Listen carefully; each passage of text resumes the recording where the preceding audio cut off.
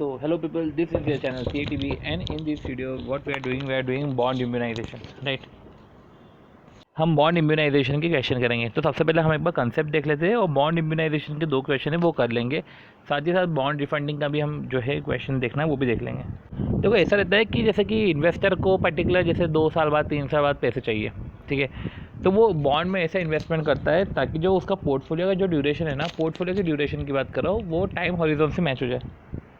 तो देखो अगर इन्वेस्टर को पैसे चाहिए 3 साल बाद, तो ऐसे केस में वो क्या करेगा कि एक बॉन्ड जो लेस देन 3 ईयर का उसमें इन्वेस्ट होगा और एक बॉन्ड मोर देन 3 ईयर का उसमें इन्वेस्ट होगा। और इस प्रपोर्शन में इन्वेस्ट इन सच परसेंटेज, इस प्रपोर्शन में हम इन्वेस्टमेंट करेंगे ताकि ड्यूरेशन 3 साल हो जाए। मतलब कि ड्यूरेशन पहले बॉन्ड का उसको वेट दे दो, ड्यूरेशन दूसरे बॉन्ड का उसको पर्टिकुलर वेट दे देंगे, वो जो वेट है वो इन्वेस्टेड टाइम होराइजन इसके इक्वल हो जाना चाहिए। तो इसलिए ज़रूरी हो जाता है सबसे पहले ड्यूरेशन कैलकुलेट करना। तो हम पहले जो है ड्यूरेशन कैलकुलेट करेंगे, फिर जो है उन ड्यूरेशन हमारे पास है, दोनों ड्यूरेशन है, फिर हम जो है एक्स को यूज़ करके हम वेट्स कैलकुलेट करेंगे, ठीक है। फिर से हमको ये समझ में आ जाएगा कि कितना अमाउंट का हमको इन्वेस्टमेंट करना है, राइट। तो देखो मैं ये थियोरेटिकल समझ में नहीं आएगा, बट फिर भी मैं एक बार ट्राई करता हूँ कि हम क्या करेंगे, पहले ड्यूरेशन दोनों के निकालेंगे, देन वेट्स अलॉट करेंगे, एंड देन फिर जो है इक्वेशन के थ्रू हम एक्स निकालेंगे। और इससे क्या होगा, एक अमाउंट ऑफ इन्वेस्टमेंट निकलेगा कि आदमी आते को इतना इन्वेस्टमेंट इधर से इधर करना है, ठीक है। और अमाउंट ऑफ इन्वेस्टमेंट कैसे निकलेगा कि वो जो एक्स निकलेगा ना, वो एक्स एक्चुअली में ये रहेगा कि ये बॉन्ड आपको इतने रुपए देगा, दूसरा बॉन्ड आपको इतने रुपए देगा। तो वो जितने रुपए दे रहा है आपको 2 साल बाद, तो आप उसको 2 साल की प्रेजेंट वैल्यू करनी पड़ेगी ना, है ना, तब जाके आप उतना इन्वेस्ट करोगे, तो इसलिए आपको 2 साल बाद इतने वैल्यू देगा। तो मैं आपको ये जो पर्टिकुलर जो बोला है उसको मैं क्वेश्चन से भी लिंक करा लूँगा, फिर डिवाइड बाय हम मार्केट प्राइस कर देंगे, तो इससे नंबर ऑफ बॉन्ड आ जाएगा। इस तरीके से 4 स्टेप पे चलेगी चीज़ें। इसमें पॉइंट ये भी है कि बॉन्ड जिसकी मैच्योरिटी, जैसे कि आप अभी अपन परसेंटेज निकालेंगे ना, अपन परसेंटेज वेट्स निकालेंगे, तो वेट्स निकालेंगे तो उसमें एक वेट्स तो ऐसा रहेगा जिसमें एक बॉन्ड की जो है लेस देन 3 ईयर की जो है मैच्योरिटी। तो ऐसे केस में हम उसको फिर एजम्पशन लगाएंगे कि ये री इन्वेस्टमेंट एजम्पशन है, ठीक है। री इन्वेस्टमेंट एजम्पशन हमको टुक इनटू कंसिडरेशन लेना पड़ेगा। तो देखो इसमें आता है क्वेश्चन नंबर 67 और क्वेश्चन नंबर 68, ठीक है। अब क्वेश्चन नंबर 67 देखते हैं। फॉलोइंग डेटा अवेलेबल है 3 बॉन्ड्स का, ठीक है। तो 3 बॉन्ड का फॉलोइंग डेटा हमको अवेलेबल है, 1 सेकेंड, हाँ, तो 3 बॉन्ड का डेटा हमको अवेलेबल है। तो देखो क्या बोल रहे हैं, the following data are available, 3 bond है, this bond use by a bond portfolio manager. उसको एक आउटफ्लो फंड करना है जो 6 साल में शेड्यूल होगा। करंट डील जो है 9% है। सारे बॉन्ड की फेस वैल्यू 100 है और सब जो है पार पे रिडीम होंगे। और ये 3 बॉन्ड लेके रखे। सबसे पहले तो ड्यूरेशन निकालना है। तो ड्यूरेशन में होता क्या है, ठीक है, तो हम जो है फटाफट एक बार रिवाइज कर लेते हैं। ड्यूरेशन में क्या होता है कि जो भी आपके कैश फ्लोज है, ठीक है, कैश फ्लो का प्रेजेंट वैल्यू इंटरेस्ट फैक्टर से आप प्रेजेंट वैल्यू निकालते हैं, देन आप वेट निकालते हैं, देन आप वेट इनटू ईयर्स करते हैं, ठीक है। तो वैसे ही ए बी और सी बॉन्ड का है, करके देखते हैं। अब देखो यही जो है ये बॉन्ड ए, बॉन्ड बी और बॉन्ड सी के लिए कैलकुलेट हुआ है, तो क्यों ना हम एक बार बॉन्ड सी का कैलकुलेशन करके ड्यूरेशन निकाल लेते हैं। अब ये जैसे देखो फीस जो अपनी फेस वैल्यू है वो 100 है, तो ऐसे केस में जो है फेस वैल्यू 100 है, तो अब सी है 9, तो 9 हो जाएगा हमारा कूपन। और करंट डील भी 9% है, तो अपन इससे डिस्काउंट कर लेते हैं, ठीक। तो देखो ये प्रेजेंट वैल्यू आई हमारी, जो है हम सी का ही कैलकुलेट करें, ये टोटल 100 आ गया। अब इसका प्रपोर्शन निकालना है, ये प्रपोर्शन करके आप इसको वेट से मल्टीप्लाई कर लो। तो चलो एक बार वेट से मल्टीप्लाई कर लो और ये देख लो कि ये फिगर आ रहा है कि नहीं आ रहा है। तो इससे जो है हमारा ड्यूरेशन आ गया 4.24, ठीक है। ये पहले हमारा ड्यूरेशन आ गया, क्वेश्चन में भी यही पूछा था, ड्यूरेशन हमने निकाल लिया। अब देखो बॉन्ड है 3, क्या बोल रहे हैं, bond portfolio manager has been asked कि आप जो है 45% ऑफ पोर्टफोलियो मनी तो ए में ही रखो। तो पोर्टफोलियो मनी आपका okay 45% of portfolio money A में रखो, and calculate the percentage amount to be invested in B और सी। तो अगर अपन ने पोर्टफोलियो मनी को जो है 45, जैसे अपन ने टोटल पोर्टफोलियो मनी को अगर हमने एक्स बोला, तो भैया 45% तो भैया ए मिलेगा। फिर calculate the percentage amount to be invested in bond B and C that need to be purchase, ठीक है। Calculate the percentage amount to be invest in bond B and C that need to be purchase to immunise the portfolio. देखो अब आपसे जो है duration में तो ये 45% तो एक में ए में डलवाने का बोल रहे हैं, तो ठीक है ए में कर दो। अब हमको परसेंटेज अमाउंट कैलकुलेट करना है कि जो हमको बी और सी में इन्वेस्ट करना है, ठीक है। उस पोर्टफोलियो को इम्यूनाइज करने के लिए हमको क्या करना पड़ेगा, तो ठीक है पहले 45% वाला खेल ख़त्म करते हैं। जैसे आपको बताओ कि मैंने आपको नोट्स में बताया था कि जब ड्यूरेशन को वेट से मल्टीप्लाई करते हैं और इसका जो समेशन है duration into weight, duration into weight, duration into weight, ऐसे 3 बॉन्ड का उसका समेशन अपना टोटल ड्यूरेशन से मैच होना चाहिए। तो देखो इधर अपना टोटल ड्यूरेशन कितना है 6 है ना। अब ड्यूरेशन इंटू वेट करते हैं तो बॉन्ड ए कितना का ड्यूरेशन कितना है, बॉन्ड ए का ड्यूरेशन है 6.86। तो पहले तो 6.86 को 45% से मल्टीप्लाई करके 3.087 है, वो तो अपन पहले ही माइनस कर देते हैं। जो बचा हुआ है 2.913 इसको इम्यूनाइज करना है बी और सी से, ठीक है। तो देखो बी का जो है कितना है ईयर 5.84, तो 5.84 को हम कर दो x प्लस 4.24 इसको कर दो 55%, मतलब 0.55 माइनस एक्स। तो आपकी एक इक्वेशन हो गई। इक्वेशन क्या हो गई 2.913 is equal to 5.84x, 5.84x मतलब duration into x plus 4.24 0.55 minus x, ठीक। तो एक अपना एक्स जो आ गया वो 38.73 आ गया। देखते हैं इसमें कितना है। ओके, इन्होंने 84 की जगह 883 लिया, ठीक है। तो इस तरीके से एक का आपका जो है वो परसेंटेज कैलकुलेट हो जाएगा, आप इस तरीके से निकालोगे परसेंटेज। अब क्या बोल रहे हैं कि after the portfolio has been formulated, अब एक बार तुम पोर्टफोलियो फॉर्म कर चुके हो ना, ठीक है, पोर्टफोलियो तुम्हारा बन गया, एंड इंटरेस्ट रेट चेंज हुआ है और इंक्रीजिंग द यील्ड टू 11%। अब जो इंटरेस्ट रेट चेंज हुआ है इससे जो यील्ड है ना वो साला 11% हो गया। तो नया ड्यूरेशन ऐसे हैं, ये 11% के कारण नया ड्यूरेशन ये है, तो सब ये ड्यूरेशन नोट कर लो। तो क्या ये पोर्टफोलियो स्टिल इम्यूनाइज है, क्या ये अभी भी इम्यूनाइज है? तो देखो उस वेट से तो नहीं है जो वेट पहले थे, उस वेट से तो बिल्कुल भी नहीं है। देखो यही बोल के रखा है कि no portfolio is not immunise, क्योंकि उन्होंने वेट तो वही लिए हैं, बोला कि इस वेट से तो इम्यूनाइज नहीं है। तो वो ऐसा बोल रहे हैं। फिर ऐसे केस में new percentage of B and C bond निकालो जो ज़रूरी है इम्यूनाइज पोर्टफोलियो करने के लिए, और वो बॉन्ड है तो वो अपना वही 45% है। तो देखो अब 7.15 का 45% है 3.2175 है, ठीक है, ठीक है। तो अपना क्या है कि 7.15 है, इसका तो 45% कर लो, तो 3.2175। अब 3.2175 को जो है हम किससे 6 में से माइनस कर देते हैं 3.2175 को। अब वही है कि 2.7825 है, इसमें आपके दोनों के ड्यूरेशन क्या थे 6.03 और 4.27। 6.03 को आप ऐसा कर लो 0.55 माइनस एक्स कर लो, प्लस 4.27 को जो है एक्स कर लो, ठीक। तीसरा अपना जो है परसेंटेज आ जाएगा 30.34 और 30%, इस तरीके से परसेंटेज आ जाएगा, ठीक है। तो अब जो है क्वेश्चन 68 कैलकुलेट करते हैं। क्वेश्चन 68 अपने आप में एक अच्छा क्वेश्चन है, ठीक है, पर ये क्वेश्चन जो है वो क्लास नोट का क्वेश्चन है।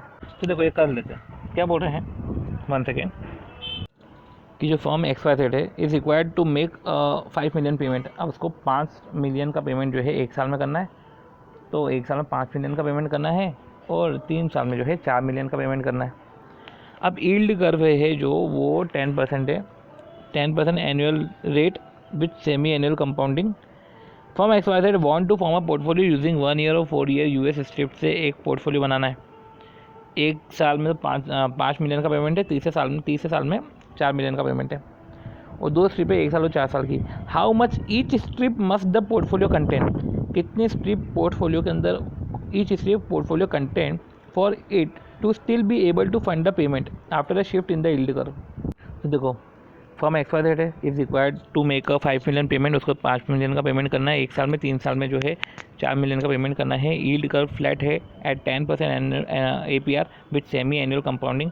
XYZ को एक पोर्टफोलियो फॉर्म करना है 1 साल और 4 साल का यूएस स्ट्रिप है इसके पास, कितना इन्वेस्ट करे। अब देखो अभी इसके पहले वाला जो टिपिकल क्वेश्चन था इसमें हम ड्यूरेशन निकालते थे और ड्यूरेशन को हम होराइजन से मैच करते थे, ठीक है। ये दूसरे कंसेप्ट पे, ठीक है। ऐसे केस में आप जो है अपनी जो लाइबिलिटी से पहले उसका प्रेजेंट वैल्यू निकालो, ठीक है, प्रेजेंट वैल्यू निकालो। इतना प्रेजेंट वैल्यू जो है present value of liability equal to present value of asset. सबसे पहले तो ये 1.05 आना चाहिए, 1.02 नहीं 1.05 होगा। हमको इधर ही समझ जाना चाहिए था कि ये सेमी एनुअल कंपाउंडिंग है, तो ऑब्वियस सी बात है 10% से डिस्काउंट नहीं होगा, 5% से डिस्काउंट होगा। और अगर 1 साल है तो ये इधर 2 बार डिस्काउंटिंग होगा, और ये 3 साल है तो इधर 6 टाइम्स में डिस्काउंटिंग होगा। इस तरीके से इन्होंने प्रेजेंट वैल्यू निकाली है। ये एक बेसिक फंडामेंटल है जो हमको याद रखना पड़ेगा, ठीक है। ये आपका प्रेजेंट वैल्यू ऑफ एसेट है, ठीक। अभी इसके पहले वाले क्वेश्चन में हमको टाइम हॉरिजन दे के रखा था, इधर हमको टाइम हॉरिजन निकालना है। तो टाइम हॉरिजन कैसे निकलेगा, ठीक, कैसे निकलेगा? तो देखो ऐसा है कि 7.52 जितनी हमारी लाइबिलिटी है उसमें से इतना परसेंटेज लाइबिलिटी का पहले साल में है, इतना परसेंटेज लाइबिलिटी तीसरे साल में है। तो ऐसे केस में हमने कैलकुलेट किया कि 1.7839 ईयर्स में हमारी लाइबिलिटी पूरी हो जाएगी। अब हमको पोर्टफोलियो बनाना है इसको ही इम्यूनाइज करने के लिए, इसी ड्यूरेशन पे आने के लिए। तो हमारा जो ड्यूरेशन है वो ड्यूरेशन 1.7939 है। अब समझो 1.7939 हमारा ड्यूरेशन मैच होना चाहिए। तो वो दोनों जो बॉन्ड है ना उसके ड्यूरेशन के प्रपोर्शन से मैच होना चाहिए। वो इधर मानना पड़ेगा कि वो जो लाइफ दे के रखी है वो लाइफ इनकी ड्यूरेशन है, जैसे 1 ईयर और 4 ईयर ये इनकी ड्यूरेशन है। अब आप प्रपोर्शन निकाल लो और कैलकुलेशन कर लो। ऑब्वियसली बात है कि एक को वेट लोगे तो दूसरे को 1 माइनस वेट ऑफ ए लोगे। तो इससे जो है आप वेट्स निकाल लोगे कि पर्टिकुलर ये वेट है ए बॉन्ड का, दूसरा वेट है बी बॉन्ड का। ठीक है, अब ये वेट किस पे लगाओगे? ऑब्वियस सी बात है प्रेजेंट वैल्यू पे लगाओगे। तो ये जो प्रेजेंट वैल्यू है 7.52 पे आप अप्रॉक्सीमेट वेट लगा लो। उस हिसाब से जो आपका 1 ईयर बॉन्ड और 4 ईयर बॉन्ड की वैल्यू आ जाएगी। ये बोल सकते हैं कि इतना इन्वेस्टमेंट करना है। तो इसमें क्या किया हमने कि जो भी लाइबिलिटी थे वो लाइबिलिटी को हमने जो पहले तो प्रेजेंट वैल्यू निकाली, ये हमारी एसेट्स है, इतनी हमारी एसेट्स होनी चाहिए। अब इतना ही हमारा जो है ये एसेट्स होनी चाहिए, मतलब कि हमको इस तरीके से जो है अब हम जो है ड्यूरेशन निकालेंगे। तो ड्यूरेशन कैसे निकालेंगे कि 1 साल और 4 साल तो दे के रखा है, ठीक है। तो इसमें से प्रपोर्शन निकाल लेंगे कि कितने प्रपोर्शन कितने साल में ख़त्म हो रहा है। उस हिसाब से अपन ने जो है वो निकाल लिया। क्या निकाला अपन ने? ड्यूरेशन निकाला। उस तरीके से ड्यूरेशन निकाला। ये अपन ने निकाला invested time horizon, in fact duration ही निकाला, इन्वेस्टेड टाइम हॉरिजॉन निकाला। तो 2 बॉन्ड का ड्यूरेशन ऐसा होना चाहिए कि इन्वेस्टेड टाइम हॉरिजॉन को मीटअप कर जाए। तो 2 बॉन्ड का ड्यूरेशन ऐसा होना चाहिए कि इन्वेस्टेड टाइम बॉन्ड को मीटअप हो जाए, मतलब कि ड्यूरेशन का वेट इतना होना चाहिए। तो ड्यूरेशन 1 साल और 4 साल दे के रखा है, उसको वेट्स करेंगे और उसको मीटअप करेंगे। तो वो जो वेट्स है वो प्रेजेंट वैल्यू पे अप्लाई हो जाएगा। तो इस तरीके से हमको इतना इन्वेस्ट करना है। अब अपने को जो कंसेप्ट समझना है वो अपने को बॉन्ड रिफंडिंग का समझना है। तो बॉन्ड इम्यूनाइजेशन तो हम वैसे समझ चुके हैं। बॉन्ड रिफंडिंग का भी एक क्वेश्चन है, एक सही क्वेश्चन है। वो क्वेश्चन करके बॉन्ड रिफंडिंग भी हमारा पूरा ओवर हो जाएगा। ठीक, तो देखो जो हमारा अगला क्वेश्चन है वो क्वेश्चन है क्वेश्चन नंबर 81, बॉन्ड रिफंडिंग का क्वेश्चन है। बॉन्ड रिफंडिंग के क्वेश्चन के पहले एक बार कंसेप्ट को पढ़ लेते हैं। तो क्या बोल रहे हैं कि जो ट्रांस इंडिया लिमिटेड है, ये ट्रांस इंडिया लिमिटेड एक फेमस क्वेश्चन है, ठीक है। ये क्वेश्चन हम कर रहे हैं। अब ऐसा करते हैं कि अपन जो है इससे ही जो है कंसेप्ट को भी समझ लेते हैं, ठीक है। क्वेश्चन से ही कंसेप्ट को समझ लेते हैं। तो देखो ट्रांस इंडिया लिमिटेड है वो कॉल कर रहा है 3 करोड़ बॉन्ड 30 साल के लिए। देखो आप अपना जो है जो भी आप बनाते हो डायग्राम, वो डायग्राम बना के रखना अपना, ठीक है। डायग्राम बनाने की ज़रूरत तो पड़ ही जाएगी, टाइमलाइन बनाना पड़ जाएगा इधर। तो वो 3 करोड़ बॉन्ड कॉल कर रहे हैं, 30 साल के बॉन्ड है। 1000 रुपये का एक बॉन्ड था जो 5 साल पहले इशू हुआ था, मतलब ये 5 साल बाद की कहानी। उस बॉन्ड की जो है उस बॉन्ड की अगर हम देखें तो कॉल प्राइस कितनी उस बॉन्ड की कॉल प्राइस कितने पे कॉल कर रहे हो भाई? 1140 पे आप उसको कॉल कर रहे हो, ठीक है। And had initially collected proceeds of 2.91 crore. अभी तो तुम कॉल 1140 पे कर रहे हो, जब इनिशियली जब प्रोसीड को कलेक्ट किया था तब वो जो है 2.91 करोड़ पे आपने जो है प्रोसीड्स को कलेक्ट किया था। क्यों 2.91? क्योंकि डिस्काउंट था 30 पर बॉन्ड का। अब जब 30 पर बॉन्ड है तो समझो कि 3 करोड़ बॉन्ड 1000 का एक बॉन्ड है, तो नंबर ऑफ बॉन्ड निकालो। अब इसको 30 से मल्टीप्लाई करो। तो 30,000 बॉन्ड को जो है 30 से मल्टीप्लाई किया तो एक तरीके से आपका 9 लाख आ गया। तो 2.91 करोड़ हो गया, ठीक है। अब ठीक है, the initial floating cost 3.6 crore है, 3.6 लाख है। अब 2.91 करोड़ का तो आपको प्रोसीड्स है, तो फ्लोटिंग कॉस्ट आपका 3.6 लाख है। अब कंपनी इंटेंड कर रही है कि सेल कर देते हैं 3 crore for 12%, sell 3 crore of 12% coupon rate. अब कंपनी क्या कर रही है कि इशू करते थे नए, क्योंकि आप पुराने को तो कॉल कर रहे हो ना, तो नए इशू करते और पुराने को कॉल कर रहे हो तो उसको 14% इंटरेस्ट है। नए को इंटेंट टू सेल कर रहे हो मतलब इशू कर रहे हो, तो नए जो कर रहे हो वो 3 करोड़ कर रहे हो, ठीक है। और 12% के अकॉर्डिंग जो है वो आप कर रहे हो 12% कूपन रेट। और 25 साल के बॉन्ड है, ऑब्वियसली बात है 25 साल के बॉन्ड है, ठीक है।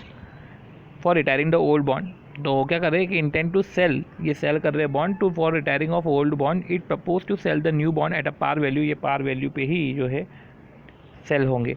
अब जो फ्लोटेशन कॉस्ट है उस टाइम पे इशू करने की, ऑब्वियसली ज़्यादा 5 साल बाद फ्लोटेशन कॉस्ट है वो 4 लाख लग गई है।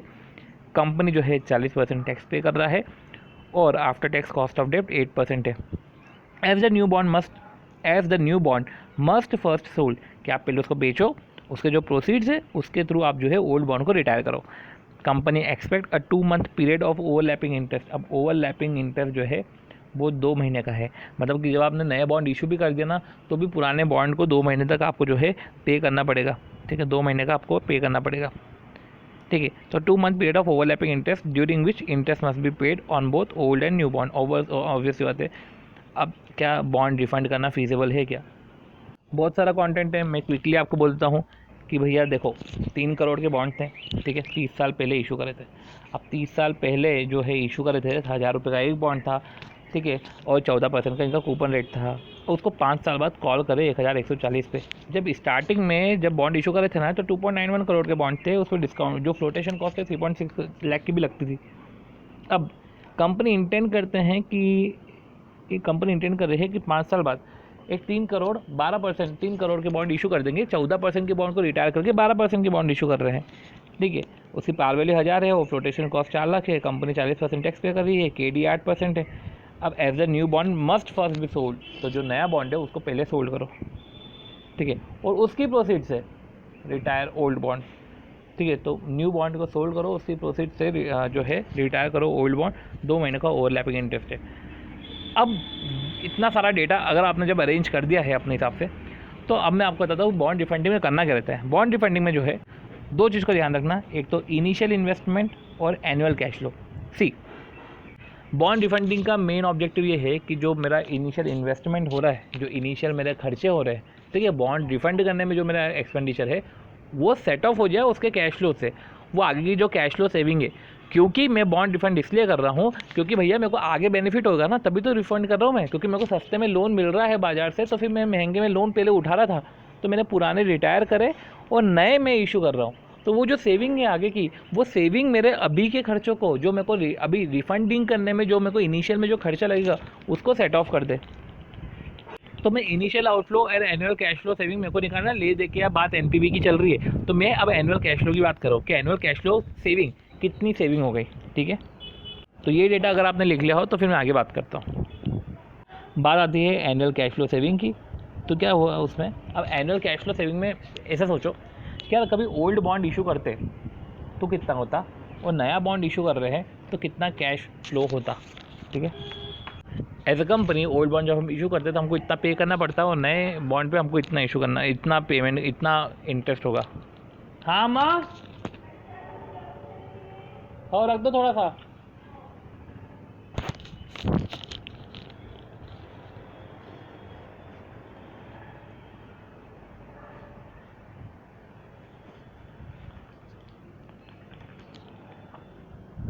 अब देखो, अगर ओल्ड बॉन्ड ही इशू रहता, मतलब ओल्ड बॉन्ड ही अगर चलता रहता, मतलब कि 14% का इंटरेस्ट चलता रहता, मतलब कि ये ऐसा बोल सकता हूँ मैं कि इंटरेस्ट आफ्टर टैक्स तो होता ही होता। ठीक है, 14% इंटरेस्ट आफ्टर टैक्स ये चलता। अब देखो, आप फ्लोटेशन कॉस्ट का टैक्स बेनिफिट भी लेते। फ्लोटेशन कॉस्ट जैसे अपनी कितनी 4 लाख है फ्लोटेशन कॉस्ट, सॉरी 4 लाख तो नए की है, पुराने पे जो है वो 3,60,000 है, उसका टैक्स बेनिफिट भी होता। और डिस्काउंट भी अगर आपको पता हो तो 9 लाख का डिस्काउंट है, उसका भी टैक्स बेनिफिट आपको होता। तो यही वो कर रहे हैं। ठीक है, कि इंटरेस्ट कर लिया इन्होंने। अब जो है 1 सेकेंड, ठीक है, तो इंटरेस्ट कॉस्ट है, ठीक है, ये इंटरेस्ट कॉस्ट टैक्स माइनस कर दिया, आफ्टर टैक्स हो गया। अब जो है अपना 9 लाख का अपना क्या है, 9 लाख का डिस्काउंट और 3,60,000 का है ये फ्लोटेशन कॉस्ट, तो 9 लाख का है। कब तक चलेगा, 30 साल तक चलेगा। तो आप प्रपोर्शन करोगे ना, प्रपोर्शन में आप जो है फिर वो डिस्काउंटिंग के बेनिफिट लोगे। चलो, इस तरीके से आपकी ये तो सेविंग हो गई, इस तरीके से आपका जो है annual tax after tax payment हो गया। अब नया बॉन्ड है तो नए बॉन्ड में 14 की जगह 12% हो गया, तो ये चलो 12% हो गया। अब यही चीज़ अगर कभी अपना न्यू बॉन्ड इशू होता तो नए बॉन्ड पे जो है वो 3 करोड़ पे कौन सा परसेंट, 14 नहीं होता, 3 करोड़ पे फिर 12% होता, और फिर वो आफ्टर टैक्स का बेनिफिट तो ये है। ठीक है, ये होता हमारा आउटफ्लो। साथ ही साथ जो है डिस्काउंटिंग नाम की चीज़ तो रहती नहीं, हमको जो है वो कैश फ्लो से बेनिफिट रहते हैं, क्या, फ्लोटेशन कॉस्ट की बेनिफिट। तो ये देखो फ्लोटेशन कॉस्ट है, वो फ्लोटेशन कॉस्ट का हमको बेनिफिट रहता है, टैक्स बेनिफिट रहता, वो इस तरीके से आप निकाल लेते हैं। इस तरीके से आपका आउटफ्लो ये होता। तो पहले आपका आउटफ्लो होता 25 लाख, अब आपका आउटफ्लो है 21 लाख। तो ये जो बेनिफिट है ये हो गया ना आपको benefit annual cash flow saving. अब ये सेविंग है, ये एनुअल सेविंग है, तो ये सेविंग तो 25 साल तक चलेगी। ये अगर सेविंग है, ये तो 5वें साल पे ऐसा हो रहा है ना, तो 25 साल तक चलेगी ये सेविंग। तो ये जो है प्रेजेंट वैल्यू जो है, ये जो सेविंग है ये 25 साल तक रहेगी। तो क्यूमुलेटिव करके आपने पहले प्रेजेंट वैल्यू ऑफ इनफ्लो तो निकाल लिया। अब इनिशियल इन्वेस्टमेंट मतलब कि हमारा स्टार्टिंग में आउटफ्लो भी तो हुआ होगा। आउटफ्लो समझो, आउटफ्लो में क्या क्या चीज़ें आउटफ्लो में होगी। सबसे पहले तो प्रीमियम आप पे कर रहे हो। सी सामने वाले को रिटायर करने के लिए आप उसको प्रीमियम पे कर रहे हो, मतलब 140 रुपया प्रीमियम दे रहे हो। 1000 का बॉन्ड को 140 रुपये प्रीमियम पे कर रहे हो। कितने बॉन्ड पे? 30,000 बॉन्ड पे। तो जो प्रीमियम पे कर रहे हो ये खर्चा है, खर्चे का आफ्टर टैक्स लो, ये आपका खर्चा हो गया। सबसे पहले तो कॉल प्रीमियम का खर्चा हो गया। दूसरा point overlapping interest. Overlapping interest वो ओल्ड बॉन्ड को 2 साल के लिए वापस, 2 महीने के लिए या 2 साल के लिए, 1 सेकेंड एक बार चेक कर लेता हूँ। 2 साल तो ज़्यादा ही हो जाएगा, 2 मंथ है ना। 2 महीने के लिए आप उसको इंटरेस्ट पे कर रहे हो, तो निकालो ओल्ड बॉन्ड का इंटरेस्ट। कैसे निकालोगे ओल्ड बॉन्ड का इंटरेस्ट आप? भाई 3 करोड़ के थे ना ओल्ड बॉन्ड, ठीक है, निकालो उसका 14% और 2/12 कर दो, उसको भी आफ्टर टैक्स करो, तो ओवरलैपिंग इंटरेस्ट हो गया। देखो नया बॉन्ड इशू करो तो एक चीज़ ये याद रखना कि जो ओल्ड बॉन्ड का, जो पहले नए बॉन्ड का फ्लोटेशन कॉस्ट है वो भी लगेगा ही लगेगा, पर फ्लोटेशन कॉस्ट पूरा लेना, ठीक है। इनिशियल इन्वेस्टमेंट जो आउटफ्लो हो रहा है पूरा हो रहा है, उसका टैक्स बेनिफिट हम बाद में लेते हैं, ठीक है, पर अभी फ्लोटेशन कॉस्ट पूरा लेना है, इसमें टैक्स बेनिफिट मत ले लेना, याद रखना टैक्स बेनिफिट मत लेना। तो ये नए बॉन्ड का फ्लोटेशन कॉस्ट है, पुराने बॉन्ड का भी फ्लोटेशन कॉस्ट। अब पुराने बॉन्ड में ऐसा है कि जो वो अनअमोर्टाइज पोर्शन है ना, उसको भी अभी अमोर्टाइज करेंगे, उसके अभी भी टैक्स बेनिफिट लेंगे। तो जो अनअमोर्टाइज पोर्शन है कैसे निकालेंगे? अनअमोर्टाइज पोर्शन ऑब्वियस सी बात है कि 9 लाख का आपका डिस्काउंट था और 3,60,000 का फ्लोटेशन कॉस्ट था, तो उसका अनअमोर्टाइज पोर्शन निकाला, उसका टैक्स बेनिफिट ले लिया अपन ने, ठीक है, ये अपन ने ले लिया, तो इससे आपका जो है कम हो गया, ठीक है। ऐसे जैसे आपका इनिशियल इन्वेस्टमेंट हो वो 20,20,000। तो सी क्या बोल रहा हूँ मैं, ठीक है। देखो एक तो अपना कॉल प्रीमियम हो गया, ठीक है, एक कॉल प्रीमियम है ही है। दूसरा भैया ओवरलैपिंग इंटरेस्ट, वो ओवरलैपिंग इंटरेस्ट रहा अपना, ठीक, वो ओवरलैपिंग इंटरेस्ट को भी आफ्टर टैक्स करो। फ्लोटेशन कॉस्ट न्यू की भी ओल्ड की भी। अब देखो नए की फ्लोटेशन कॉस्ट है तो टैक्स सेविंग इसलिए नहीं लेंगे क्योंकि वो एनुअल कैश फ्लो सेविंग में आएगा। एनुअल कैश फ्लो सेविंग में उसके टैक्स बेनिफिट लेंगे हम, अगर आपको याद हो तो। ये रहा हमारा एनुअल कैश फ्लो सेविंग, ये एनुअल कैश फ्लो सेविंग में हम लेंगे। और एक चीज़ ये याद रखना कि जो अनअमोर्टाइज पोर्शन है वो पुराने वालों के, तो उसका टैक्स बेनिफिट अभी अपन लेंगे क्योंकि खर्चा तो पहले हो चुका होगा ना, कैश फ्लो पहले माइनस हो चुका है, अभी तो सिर्फ अमोर्टाइजेशन हो रहा है, अमोर्टाइजेशन के रूप में हम टैक्स बेनिफिट ले रहे हैं, ठीक है। तो इधर भी अमोर्टाइजेशन हो रहा है तो टैक्स बेनिफिट लेना है, तो पूरा का पूरा क्यूमुलेटिवली ही 25 साल का अब भी ले लो। तो इससे जो है सबसे पहले मैं आपको अमोर्टाइजेशन बता दूँ। देखो आपने पहले एक खर्चा कर लिया, पर उसके खर्चों को अगर आपको 5 साल तक डेफर करना है तो आप उसको अमोर्टाइज़ करोगे। अब वो जो अमोर्टाइज़ कर रहे हो वो पीएनएल में अमोर्टाइज वाला पोर्शन डेबिट होगा, तो उससे आपका कैश नहीं जाएगा, कैश तो आपका पहले साल में चले गया, ठीक है। तो इसमें भी यही है कि इसमें तो कैश पहले साल में चले गया, तो कैश जब चले गया है तो इनिशियल इन्वेस्टमेंट में ये 9 लाख और 3,60,000 तो लेने से रहे, क्योंकि ओल्ड बॉन्ड थे, तो ओल्ड बॉन्ड थे तो स्टार्टिंग में ही 9 लाख और 3,60,000 का कैश एक्सपेंडिचर हो गया होगा। तो अब तो हम अमोर्टाइज़ कर रहे हैं, तो ये 5 साल तक अमोर्टाइज़ कर चुके थे, 25 साल का अमोर्टाइजेशन करना बचा है। 25 साल का अमोर्टाइजेशन करना बचा है, मतलब ये पीएनएल में डेबिट करना बचा है। ले दे के अब बात ये है कि पीएनएल में तुम डेबिट करोगे, उसका कैश से कोई लेना देना नहीं है, पर हाँ उससे एक कैश में ये लेना देना है कि आपका टैक्स बेनिफिट हो जाएगा, तो एक तरीके से आपकी सेविंग हो जाएगी। तो यू कोई लेना देना नहीं है, वो टैक्स बेनिफिट लेना देना है, इसलिए हम वो टैक्स बेनिफिट को ले रहे हैं। तो कॉल प्रीमियम, ओवरलैपिंग इंटरेस्ट और 2 फ्लोटेशन कॉस्ट, नए बॉन्ड के पुराने बॉन्ड के। अब पुराने बॉन्ड में एक डिस्काउंटिंग वाला भी आ गया, ये सब पोर्शन इधर हो गया। और फिर हमारा annual cash flow saving. Annual cash flow saving में हमको ऐसा सोचना है कि नया बॉन्ड इशू करते तो क्या है, पुराना बॉन्ड इशू करते तो क्या है। ऑब्वियस सी बात है पुराने बॉन्ड में ज़्यादा खर्चा होगा, नए बॉन्ड में कम होगा, इसलिए ही सेविंग है। ये सेविंग आगे 25 साल तक होगी, उसको प्रेजेंट वैल्यू कर लो, ठीक है। तो उसकी हमने प्रेजेंट वैल्यू करी, राइट। सो इस तरीके से जो है आपका एनपीवी आ गया 18,11,930, ये आपका बेनिफिट है, ठीक। तो ये होता है हमारा बॉन्ड रिफंडिंग का क्वेश्चन, और जो है हमारे जो बॉन्ड जो हमने पढ़ा था बॉन्ड इम्यूनाइजेशन का, ठीक है। होप सो कि देखो आपको समझ में आ गया होगा, अगर नहीं आए तो बिल्कुल आप कमेंट वमेंट कर दीजिएगा। बहुत सारे वीडियोस बना चुका हूँ, मतलब कंसिस्टेंसी तो है इस चैनल की, तो अगर वीडियो अच्छा लगे तो please do like the channel, share the video and please subscribe to the channel, ठीक है। तो जो है मिलते हैं हम नेक्स्ट वीडियो में, और अगर आपको इसी टाइप के और कॉन्सेप्ट की ज़रूरत हो तो आप मेरे को बताना, मैं उससे वीडियो बना दूँगा, ठीक है। Okay, thank you. हाँ